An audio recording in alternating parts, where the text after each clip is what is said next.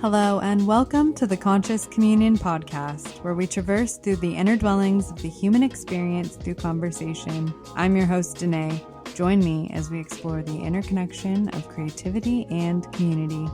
Harty began her interest in spiritual studies in 1996 with the Egyptian Book of the Dead, palmistry, and the elemental witchcraft of Scott Cunningham.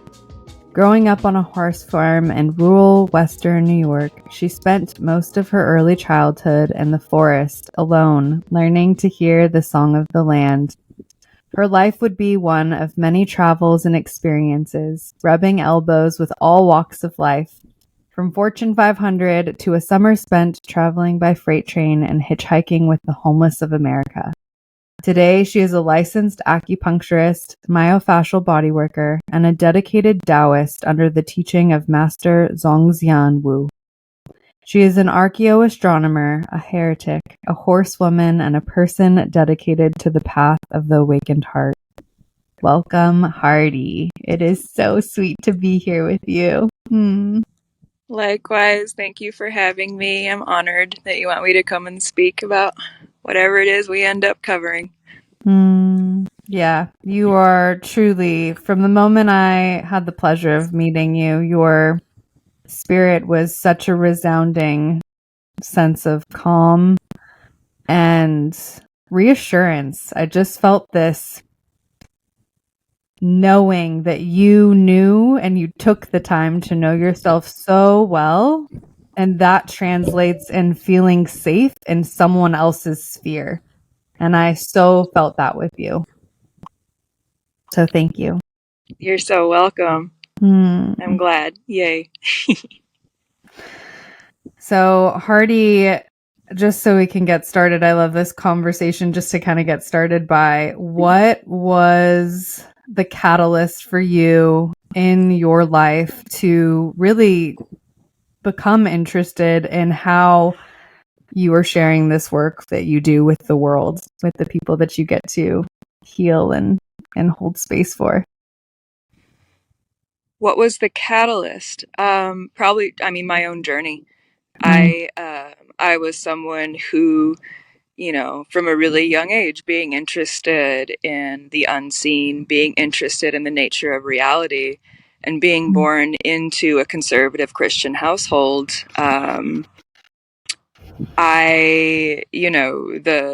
The kind of mismatch of personalities, and really, come to realize now, I was just terrifying to my parents. Kind of every aspect of me, like, challenged their nature of reality, challenged what they believed. And I was very scary to them. And so I went through the journey of early misdiagnosis, and I was put on a ton of pharmaceutical drugs from a young age.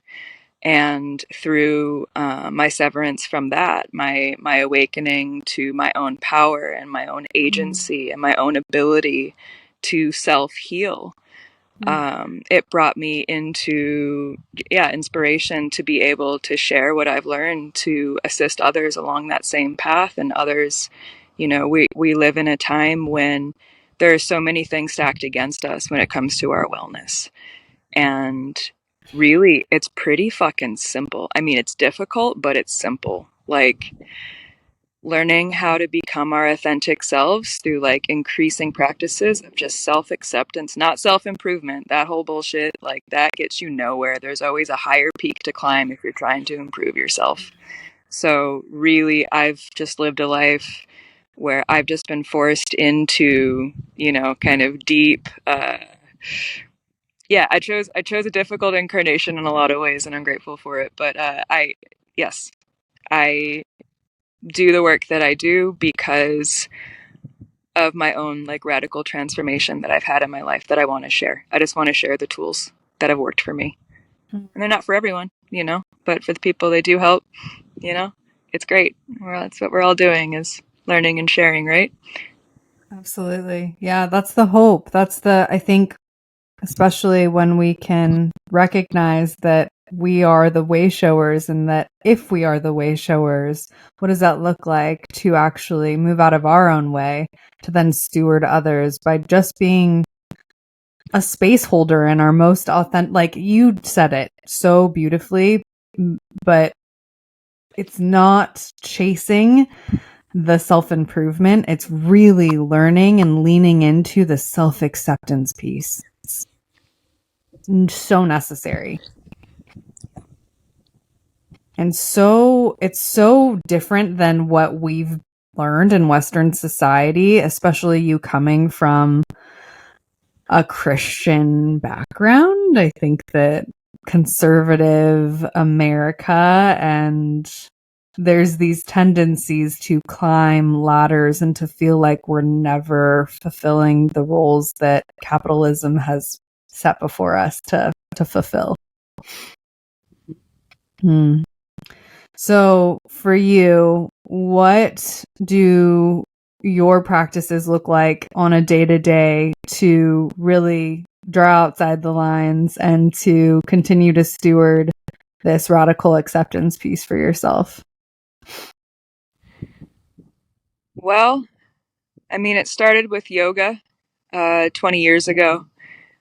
For me, coming into contact with myself has been strictly an embodied experience.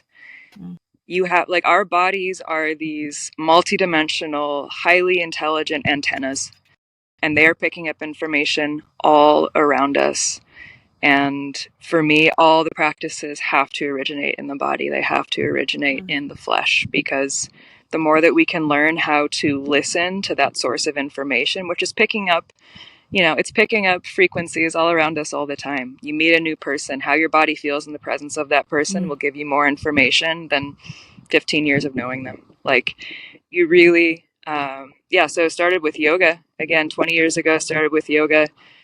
And then more recently, Qigong. But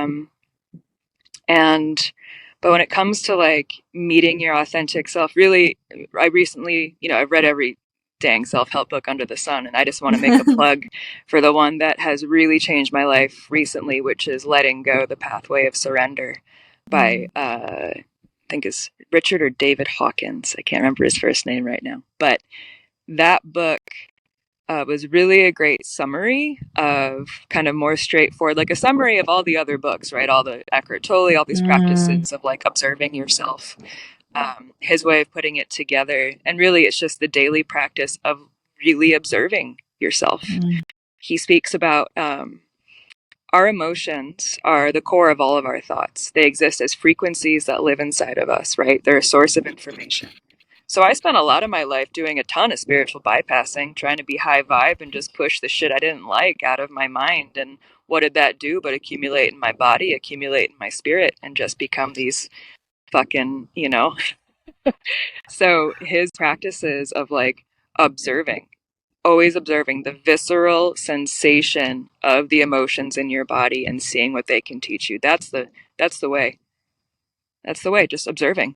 Just being in your body every day and your interactions and just witnessing what happens inside. That to me is you could practice, Qigong, meditation, yoga every fucking day, but if you're not doing that as you walk around in the world, you're not going to get anywhere. I couldn't agree more. I feel like probably in the last year, I've really tried to practice it, but in the last 6 months, I've actually seen it integrate into my life, where I'm actually seeing it play a role in how I interact with everyone else and the world. And holy shit, what a game changer. What a game changer. And then the non-judgment piece, right? Yep. Not judging self and just observing and surrendering to the observation itself. It's really juicy. It's so sweet. I've been wanting to read that book, so you just confirmed that this is the next book that I need to read, especially amidst pregnancy. It feels really sweet for now because there is so much that kind of has been coming up in the midst of how can I lean more into just the surrender of it all. Oh. So thank you. I love Kristen is actually reading it, so yeah. It's top 3 best books I've ever read. Wow. Yep. Life-changing. Yep. It was like the last time I had an experience like this was when I was 19 and I read The Power of Now by Eckhart Tolle, and I remember I was sitting in my house and I put that book down And I looked up and looked around the room, and I felt like I was on drugs because I was, for the first time in my life, fully present, and everything looked different. My whole world looked three-dimensional for the first fucking time in my life. And Wow. I was blown away. And this was a similar experience. Like, this is a similar kind Mm. of like red pill experience of, he talks a lot about the three ways that we respond to difficult emotions, right? The first one is deny. Just pretend it's not there, repress it. The second way is dissociation. We use drugs, we use relationships, we use whatever it is that keeps us out of the here and now. And the third thing that he says is that we share it. And so in our generation, we're like, oh, everybody talk about your problems all the time. This is what we do. And he's like, no, no, no, no. That actually, all that does is spread the poison of that experience to the people around you. And then the rest becomes repressed. You're not actually processing it. And I was like, Whoa. what? Oh my God. And of course, there's exceptions to that. He's like really traumatic things, right? Like my clients that are veterans that have like, watched their friends get blown up, that kind of stuff you need to talk about just so you can take away some of the tension so that you can do the deeper work. Like really traumatic things need to be discussed, but the day-to-day BS that we go around, kind of like gossiping, processing with our friends, like it's ultimately not going to heal us. We have to do the inner work. Wow. Oh, can't wait to dive into that. That sounds truly transformational. Just like, yeah. And I think moving, which you just did not too long ago, what an opportunity to lean into that. Not having community, just kind of going into the unknown, putting yourself into a new situation. It's a perfect opportunity to really be rebirthed from the inside out. So can you share a little bit about your choice to move from Portland to Sisters and then what that experience has been like for you thus far? So, I spent my early 20s in Portland as a polyamorous anarchist. I had just a really wild community of bike punk friends, and it was great. Portland 2005 was a really magical place to live, and it was right after I lived in Egypt, where I couldn't show my elbows without being followed by hordes of men. So joining that community where we were riding tall bikes naked through downtown Portland in the middle of the day all the time and just getting to be wild and free, like Portland really represented like a place of freedom for me. But I left Portland in 2007 and spent my 20s in Montana. So when I came back to Portland for graduate school, my plan was to move back to Montana when I was done. But I graduated at the end of 2019, so right before the pandemic hit.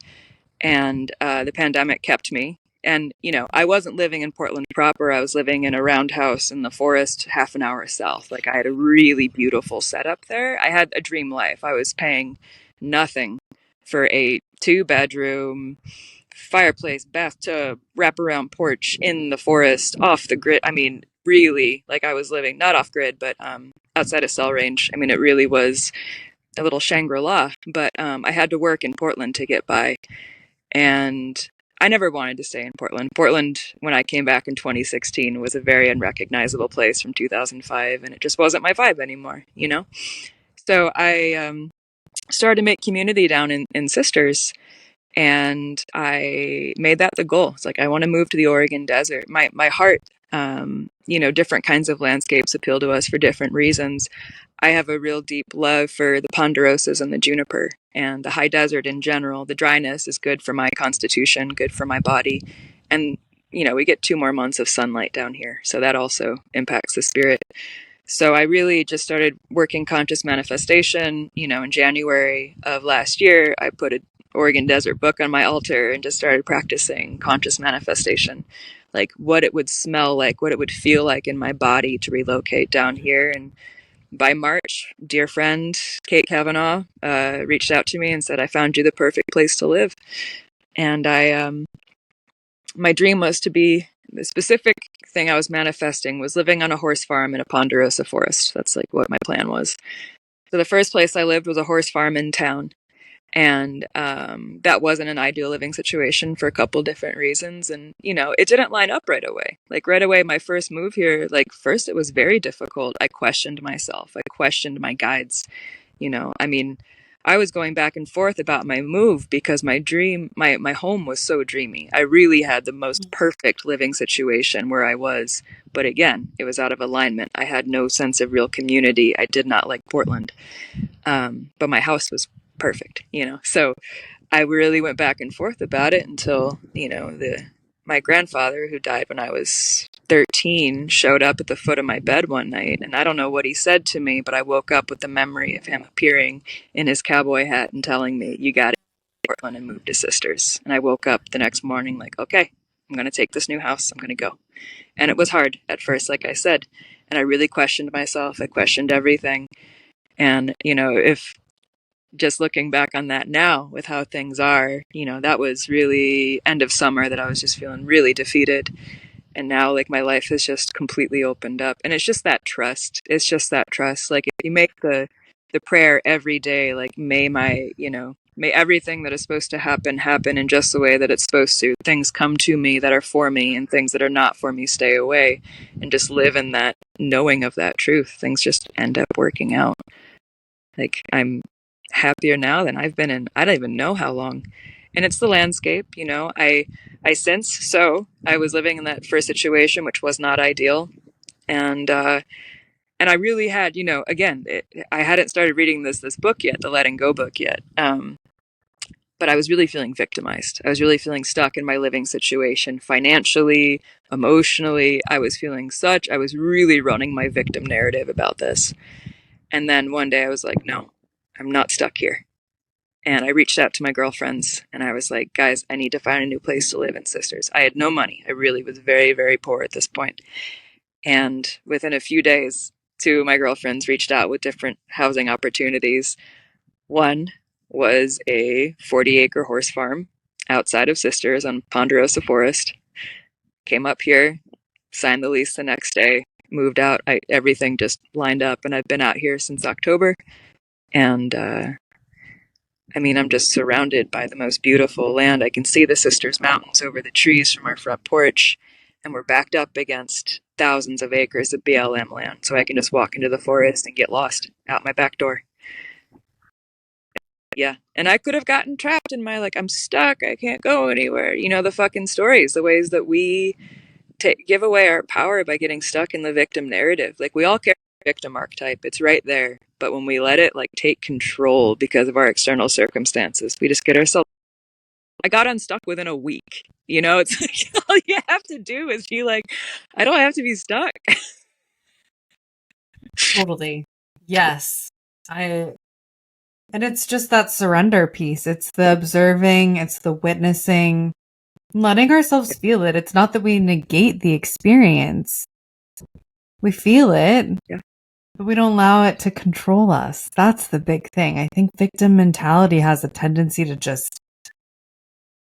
we create that constriction, right? Victim becomes victor, right? That's the whole light and shadow aspect. And so it's about taking accountability. Oof. Yeah. Yeah. Taking accountability. Yeah. Taking accountability for how we're playing a part in it, right? We are absolutely playing a role when that goes down. Yep. When that story comes back up and we allow it to come back up and rule us. Yep. Yeah, we got to take accountability. The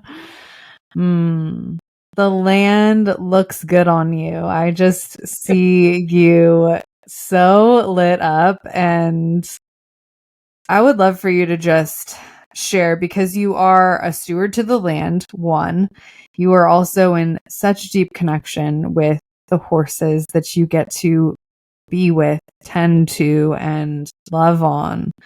So how has living in the desert impacted your spirit as a steward to the land and as someone who is so deeply connected to the land itself?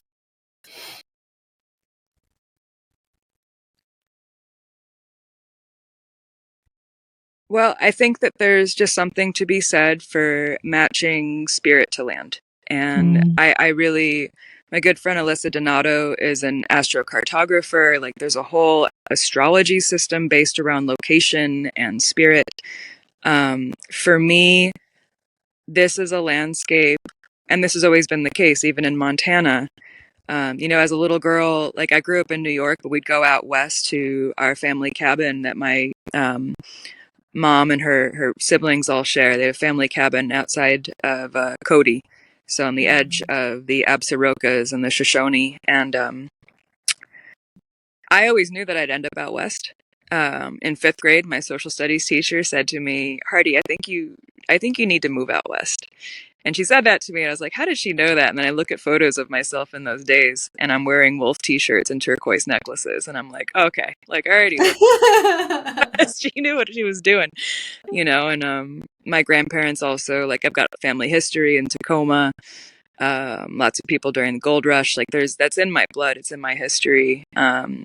We're all East Coasters, but I've got my grandparents really loved to cowboy up, and they're all horse people. Horses have been in their family forever. I mean, my mom's a riding instructor. My grandmother was a riding instructor. Horse, I say like my fetus was formed on the back of a horse. My mom was riding up until they told her you absolutely can't anymore. So places like Sisters for me, I mean, basically the first time I came here, it was just so clear. It's like, this is home. There's places that you go to where you just feel more yourself. And all of Central Oregon and the Oregon Outback region too, south of here, really speaks to me. And it's the smell of the air. It's the feeling of the air. And I can't even really describe it, but, just being silent in nature, I just get more messages. More reveals itself to me because I just feel so much more myself. And I don't know if that's from, past life stuff or whatever it is. There's just certain landscapes that just speak to your heart. And I've always just felt more solidly myself when I've come down here for visits to see friends or traveling. And I made it a reality. And now the path of like self-actualization has been amplified by just me being here. So, I mean, Qigong. Oh, sorry. No, I just said I'm so glad to hear that. Go ahead. Qigong was, I spent a lot of time in the woods in childhood and a lot of times connecting with the land. And really, I go back to this one experience as the most prevalent one. Like I was a kid walking around hearing and seeing things, left, but in my adult years, like I'd been kind of off the spiritual path for a couple of years. I was just partying a lot, I was, again, polyamorous Portland punk, and I had 5 boyfriends, and I went home to visit my parents, and I had just broken my hand from riding my bike drunk and punching the pavement when I crashed, and I broke my hand. Gave myself a boxer's fracture, literally punched the pavement, and they put me on a bunch of painkillers, right? And so I'm hooked on painkillers because naturally, even the pain stopped. I'm like, oh, Percocets are nice, And so I'm in this, this headspace of really coming off of painkillers, not in a good headspace. And I'm fighting with all 5 of the men that I was dating at the time.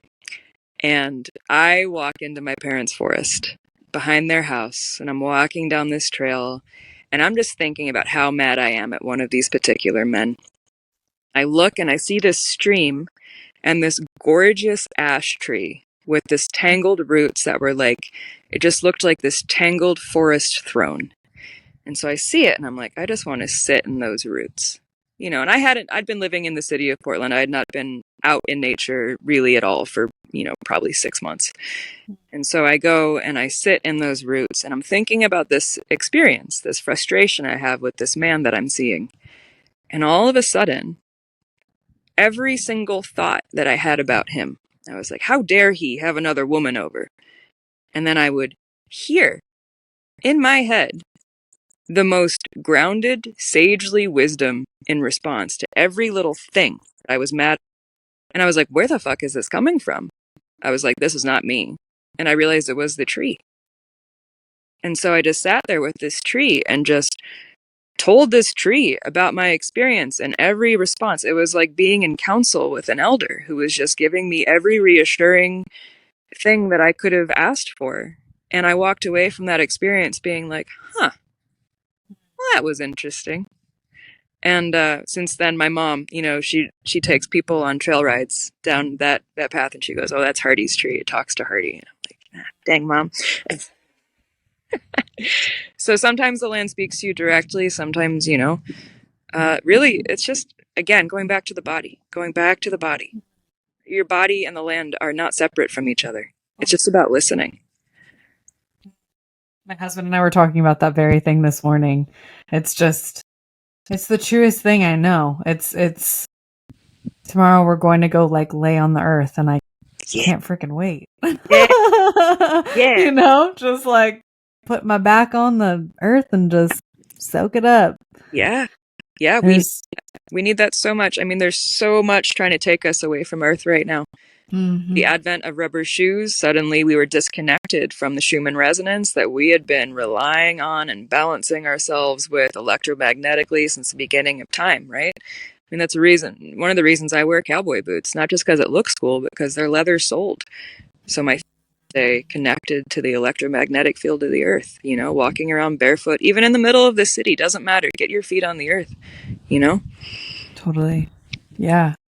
Yeah. And it's so beautiful because I hear you just have this beautiful relationship with the earth, and it really reminds me of a romantic relationship with the earth. And I know that you have really gone through this journey for yourself of what romantic love means for you. And I would love if you could just share a little bit of insight about your current journey with romantic love, because it really is such a testament to knowing yourself on such a deep level and listening to the body like you do. Yeah. I was a serial monogamist my entire life. I'm talking, I had a boyfriend in first grade and onward.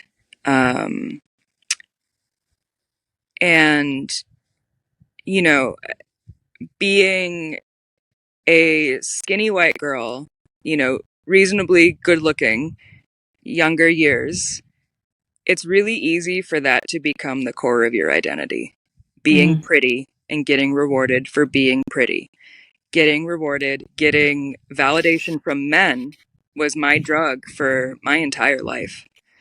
And it was more important to me than anything else forever.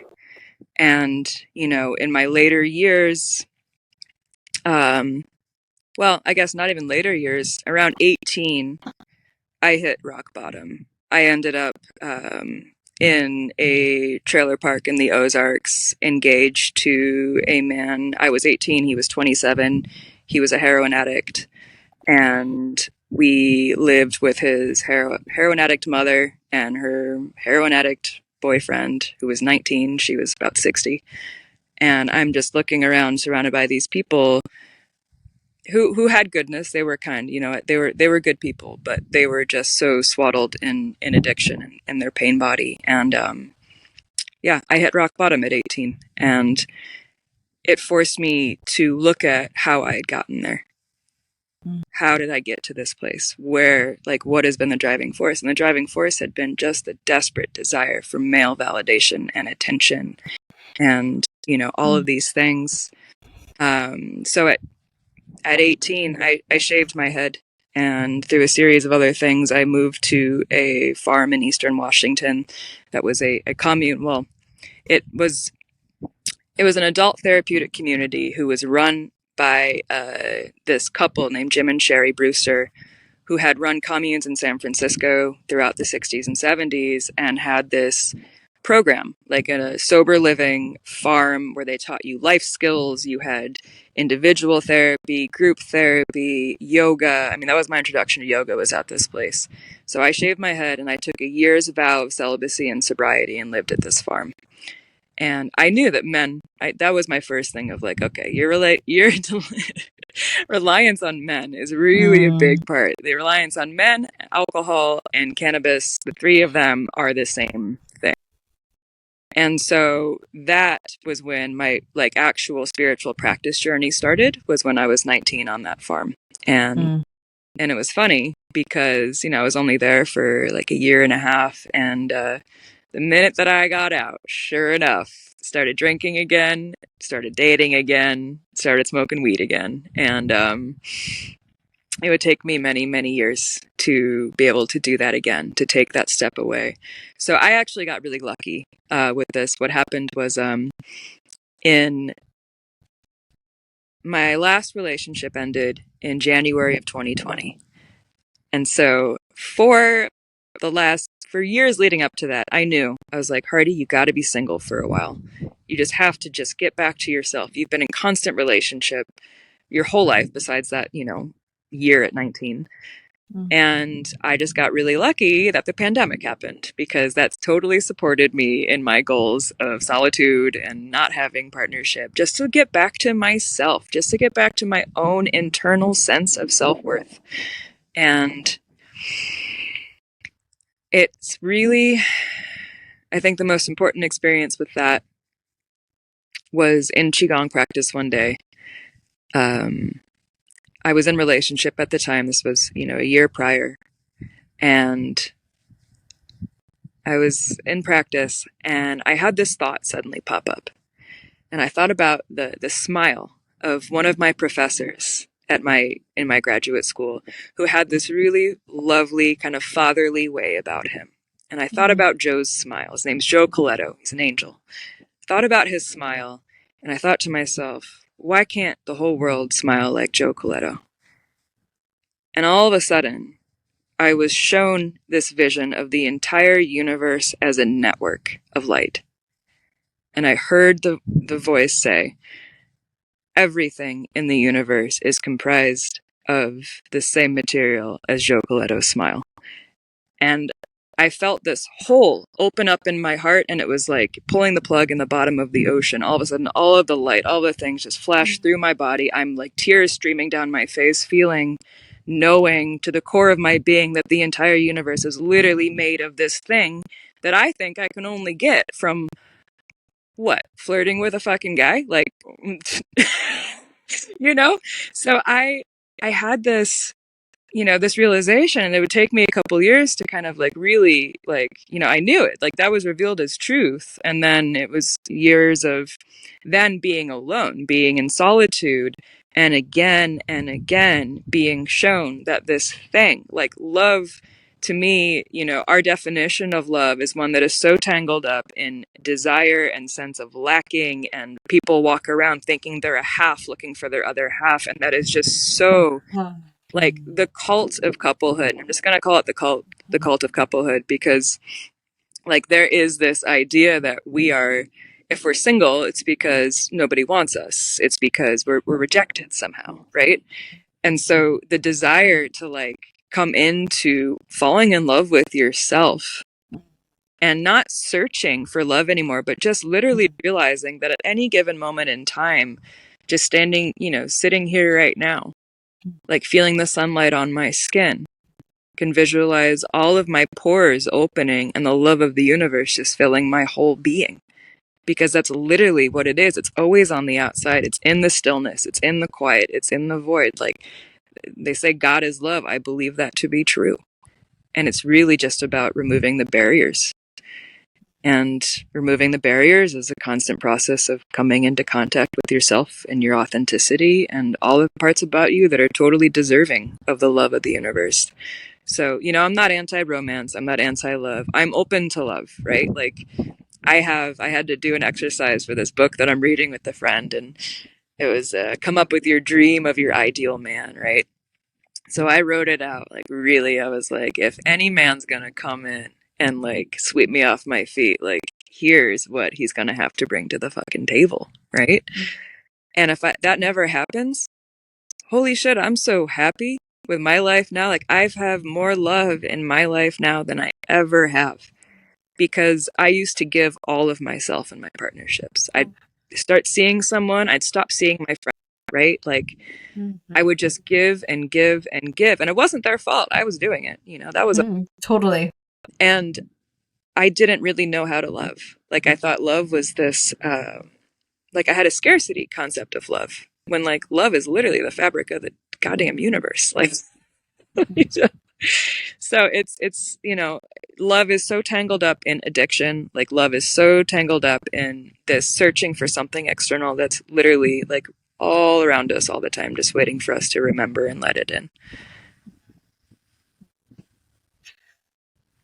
Oh, thank you for that beautiful depiction. I can recognize even for myself when I first married my husband, we started dating when I was 22. I didn't have the concept of knowing what it really meant to truly love myself until much later. So there was this rewiring that had to be done for the both of us where, we were married still, but were we close during the time that we had to both fall back in love with ourselves? I wouldn't say so, because we were both in our dark night of the soul where we were like, okay, what is the definition of how we love ourselves so that we can be full in ourselves, so that we can come back together? Because it's not wholesome partnership is not the dependence of another. Absolutely, it's helpful to have somebody that supports you, but it's how can we take accountability for our own actions and what we want to achieve in this life, right? Like, how do we want to fulfill and show up? Yep. Not someone else's job to do that for us. No. Mm-mm. No. Mm. Thank you. Thank you. Thank you. There was, when you were sharing Joe Coletto and his beautiful smile and that feeling of the universe seeping into your body, I felt an expansion at my heart center just tingle throughout my entire body. And I so felt that. And so much of what you said, even at the end, it's this dependence piece, right? We so often find the dependence in something else outside of ourselves to fulfill some gaping hole within our spirit. And you and I have talked about this off camera before, but I find it so interesting that you two yourself had that struggle with marijuana drinking. I too had that same dependence of feeling like that was such a part of who I was that it brought me so far outside myself of actually coming to terms with accepting myself, surrendering to the emotions, surrendering to the bodily expression. So can you really just, I know that you have that same idea also to psychedelics, right? Like, how do we look within ourselves to not grasp outside? How do you do that for yourself? By just having constant, honest presence with myself. It can be really easy. So, I mean, marijuana, alcohol, psychedelics of all kinds, they're really great tools. All of them. All of them. These days, cannabis and I have a totally different relationship. She is a teacher that I call in only when I absolutely fucking need her. Because if you just go knocking on your teacher's door every day, they're gonna get mad, they're gonna yell at you, Like, I and I've had enough times, like, THC these days is not what we were smoking in high school, and it can throw people into psychotic break. And I myself, spent a couple summers in a row smoking too much weed and throwing myself into a depression from the chemical aftermath of that. So I've learned she is a very dear friend when she is warranted, when she is needed, when she is respected as a teacher. Right? But that's it for me. Alcohol was another one. Once I healed my social anxiety, I stopped having a problem with alcohol. That's all it was. I thought I was more likable when I was drunk because society tells you you're more likable when you're drunk. Like, you're more fun, you're more wild. It's like, I don't need alcohol to be wild. I'm a coyote right now. I don't need that. So, and the thing with psychedelics, that, my first most profound psychedelic experience was at the end of 2019. It was my first time intentionally using psychedelics. And so I did the 5 grams with the, sensory deprivation, like the noise canceling headphones, eye mask. So the only place to go is inwards. This was instructions by Paul Stamets of like, If you take a lot of drugs and you're around other people or anything else, you're going to project onto that. If you want to do an inward journey, you have to go inward. So I did. And it was one of the most profound experiences of my life. However, as I was coming out, my guides who showed up then, who had also shown up to me in 2012, said to me, "It was so great to see you and talk to you, but you don't need to take mushrooms to get here. Just meditate." Shit. You mean I gotta put effort in? I mean, I push a button and take the elevator up to see you guys whenever I want, you know? The issue that I'm seeing with psychedelics, you know, and then, okay, this is me, like, kind of being gatekeepy, you know, fucking old school. I've been on the spiritual path 20 years, guys, but, like, really, the problem that I'm seeing, okay, one, it's really nice that people who formerly had no connection to spirit are having experiences than that. That is valid. That is fucking beautiful. That is great. But what I'm noticing is an increased reliance on that substance in order to have these experiences. So what it's doing is it's taking away our own ability to connect to these forces. Nature will speak to you if you learn how to be quiet and just open and listen. You don't need to take mushrooms to hear the songs of the fucking earth. And I'm watching people give their power away. You know, I'm watching people, and I've had to make the decision in the last year, I will not go to ceremonies where people are even microdosing. If we're going to be doing some kind of sacred thing together, we all have to be on the same wavelength. The problem with psychedelics is that it opens doorways so that if you're sitting with me and we're in circle and you're on psychedelics, your gateway is open. Those of us that are sensitive are also going to have to put up with whatever your shit comes through the door.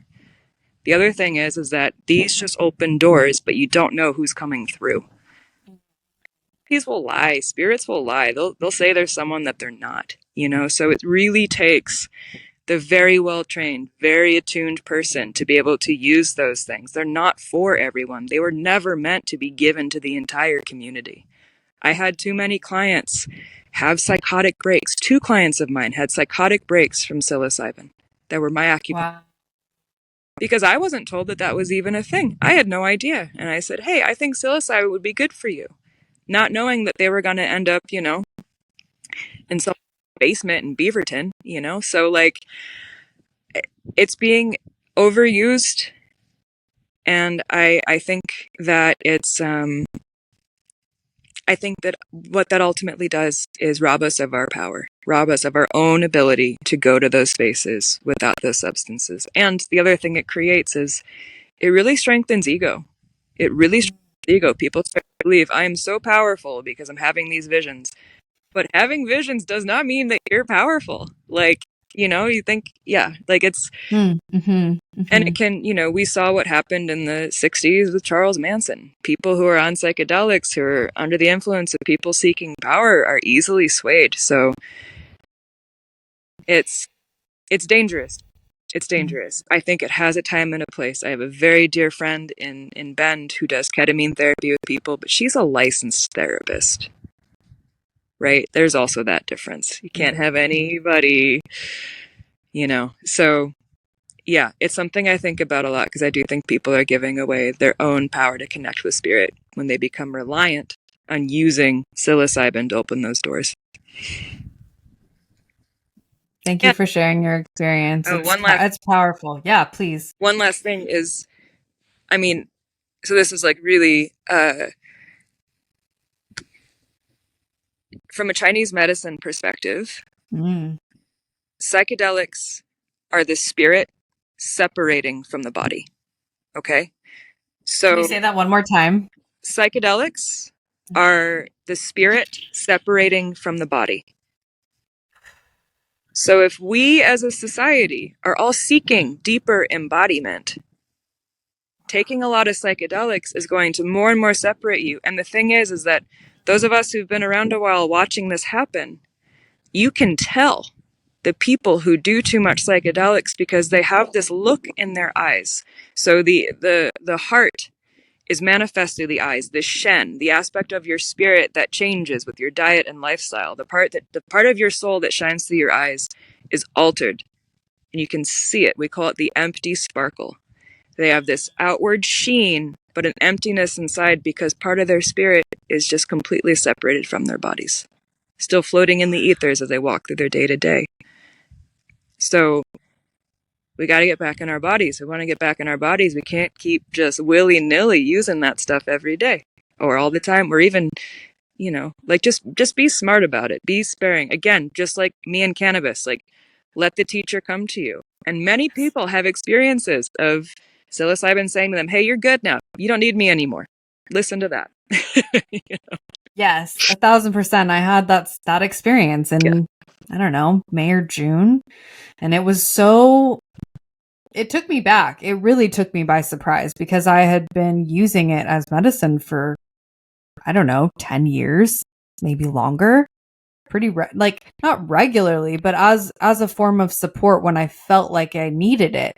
And also I realized that there was this searching out for, a seeking for something outside of myself. And that's what she told me.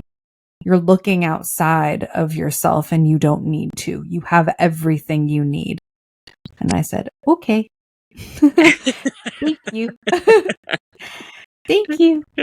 Humbled real quick. She put me in my place real quick. I got a little embarrassed. I felt a little insecure at that point in time, just so fully seen by this very powerful plant that has been with, indigenous communities and so many others for so long, stewarding folks. And also the dependence piece is it is so wildly appropriated, and it's not benefiting us when we only can seek outside of ourselves. Tools, just like you said, right? It's a tool. The tool should not become a crutch. Yeah. I think that's a sweet transition because tools, right? Astrology is such a massive tool in so many people's lives. And also, so many people are not aware of what sky astrology even is. Can you please educate us? Oh, yes. My favorite deck trick. Yeah. Pissing off the whole internet with the 13. Yeah. So I started studying astrology in 2005. I remember doing my first birth chart, being told I was a sun sign Taurus, and, really, really identifying with that for a long time. Like I am earthy. And because I was a Taurus, I thought that all of my kind of more fiery tendencies were a sign of imbalance. And so I kind of created this little bit of shame that I had when my fiery qualities would come out. I'd feel ashamed, oh, I must be out of balance, right? So it wasn't until, and I don't know when this happened. I have no idea what sparked this, but somebody posted something about sidereal astrology. And they made the statement that the planets are not where astrologers say they are. And I started to look into it. And again, I had been believing in and living by this stuff for, almost 20 years at this point. And suddenly I'm like, wait, everything I've been told, astrology is based in the premise that where things are in the sky impacts our reality. Therefore, I had no idea that where astrologers were telling me things were in the sky was literally not true. Literally not true. Those planets and the sun, they're not in the places that tropical astrology said. So I found out that I was a sun sign Aries, which made so much sense for me. And suddenly owning my fire, being like, oh, wait, my fire is actually who I am. It's not a sign of imbalance. This is who I am. I am fiery as fuck. I'm going to own it. So how this happened was Ptolemy, the guy that's, attributed with coming up with the Greek system of astrology. One, he was taking it from older sources. We still don't know what those sources were. We thought it was the Egyptians for a long time, but it looks like it wasn't the Egyptians because those didn't show up in Egypt The very famous map of the zodiacal sky that's in the Temple of Hathor didn't show up in Egypt until Egypt had been ruled by the Greeks for about 200 years. So there's nothing in Egypt about that zodiac before the Greek occupation. So Ptolemy comes up with the map of the 12 constellations in the sky that we all know of. Interestingly, he neglects to list the 13th constellation.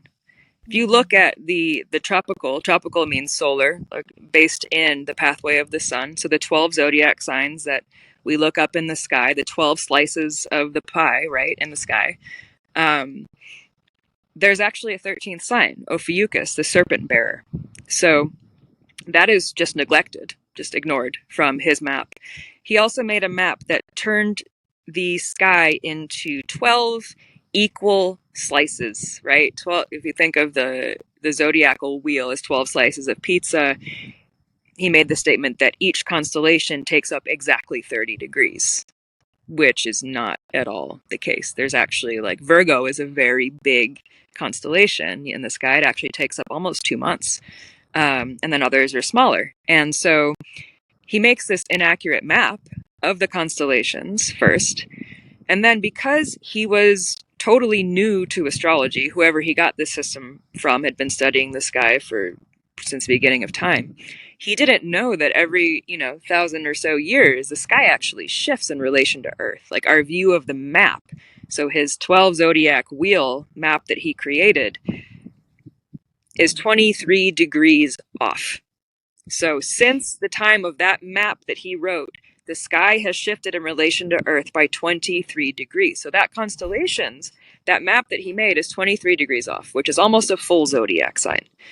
So there's this whole, someone who I've learned so much from, Cassidy Lee Bell on Instagram. She's an amazing 13 moon astrologer. And there's a whole movement of those of us who are just kind of working under the premise of, hey, zodiac is real. We are impacted by where celestial bodies are in the sky. Why don't we actually look at where celestial bodies are in the sky? Like, why don't we honor, like, the original teachers of this, the people that discovered this impact, by looking at the actual map of the sky? And so, I got an email from Chani Nicholas today about moon in Pisces, and I just want to email her back, but the moon's not in Pisces. How do you explain that? There's those of us who've been, because it's all it is, and all it's going to take is a shift of relationship to the archetypes. That's it.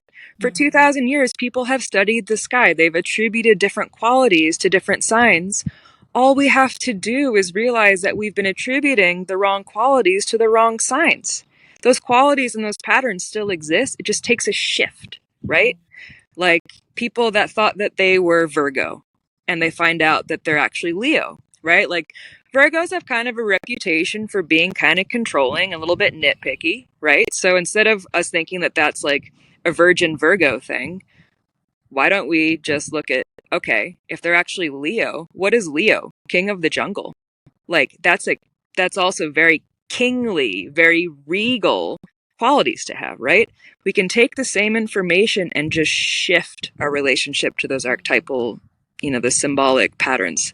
That's all we have to do. But the problem and the thing that gets us all riled up is like tropical astrologers, it's as if we're saying like everything you believe is wrong. That's not at all what we're saying. We're saying you guys have been studying this stuff for a long time. You just need to shift. If you're going to say it's written in the stars, if you're going to make the statement, it's written in the stars, it better be fucking written in the stars. So that's, and it was great because when I shared, I made this whole story about this, trying to explain what the shift is, the tropical versus sidereal maps of the sky. And I got resounding response from people of like, oh my God, I just looked at my true sky chart and I feel so validated. I feel like this is so much more accurate than my last, than what I thought I was my whole life. Thank you. And then I got tropical astrologers that are basically like, you're a bitch. How dare you? And I'm like, I'm just spitting facts. Do what you will. I'm spitting facts. I'm just spitting facts here. That's all. So, we can meet in the middle. We can figure it out together. It's not about an us versus them. It's like, hey, why don't let's just acknowledge our physical reality a little bit. Get out of our heads, right? Because Ptolemy wrote his interpretation based in the patriarchal male, mindset, which is based in individualism, right? Like the Greeks were individualists. And so a really good interpretation that I've heard is that tropical astrology, the Greek astrology, is applicable to our ego identities as self being separate from nature, right? As like the world revolves around me, how you view yourself as separate will follow the tropical astrology. Sidereal, which means of the stars, is based in the moving of all the celestial bodies and everything around us, not just the sun. It's not based in, tropical means, of the sun. Sidereal is based in, the ever-shifting reality around us. So therefore, our sidereal, our true sky astrology is us in relation to the all that is, as in separate. So often people, when they find out what their sidereal sun sign is, they're like, oh, that's how people tend to view me. That's who I am in relation to the whole. And it's true. People guessed I was a fire sign my whole life. And every time I'd be like, no, I'm a Taurus. They're like, what? So it wasn't true. I was an Aries and they could even feel it. So that's the biggest, for me, that has been the most unfortunate result of us using the tropical system, is that it has shifted us. It has moved us away from an elemental understanding of our reality, because we have a totally skewed image of what the elements are supposed to be like. And that is at the core of so much ancient knowledge, is understanding elemental wisdom. It's at the core of the Chinese medicine. I mean, it's at the core of all the West, and across the world, we had an understanding of what the elemental forces of nature do to the personality, to the spirit. And that's the biggest thing, that for me, the biggest problem with tropical astrology is that it's taken us out of alignment with the elements. Because if you think you're one element, you go through your whole life thinking that's what that element looks like, it's just bad information. You're not going to get an embodied understanding of what the elemental forces do in your interpersonal relationships, which is at the core of our experience, right? So beautifully explained. And I remember talking about this shit. Can you tell? Yeah, I do. I love how passionate you are about it. I remember the first time you shared this with me, I was like, what the fuck? I've never heard of any of this. I don't even know. Like, I had never even heard of sidereal astrology. It had never been something that I had come across. And hearing what you had to, it makes sense to me that the ego sign for myself would be Gemini, and that my actual sidereal chart would be Taurus. Yeah. And to realize that, like, how much grounding I actually need, like, it is so necessary for me to get the grounding. And if I don't get it, how egoically I'm living in the ethers. I'm living in this air sign. And it's like, wow, yes, they can be treated as separate. And what a beautiful opportunity for us to be able to appreciate both. They don't need to be, you can look at one and realize, okay, well, let's look at this as a paradigm for the ego, and the other for our soul. And and it really comes back to exactly just nature, right? Like, if we're looking at the stars and we're actually acknowledging what's here for us in actual reality, physical materialism, like, let's look at what we have here. Yep. So good. Thank you so much. Thank you for all that you continue to open yourself up to, because I know spirit is just, you have such a deep relationship with spirit, and it's so seen and felt. Like, I've been in your presence. I've been able to witness it and feel it and sense it. And hearing the way that you articulate your experiences is just a true honor. Thank you. That's really sweet of you to say. Thank you. Yeah. You're so you're passionate, right? Fire, baby. Yeah. I love it. All right. So if you had one thing that you would like to share, one slice of wisdom from your life experience that feels juicy for you to share with folks, what would it be? I don't know about juicy, but just simply learn to love yourself. That's it. That's like the core of all things. Just self-acceptance.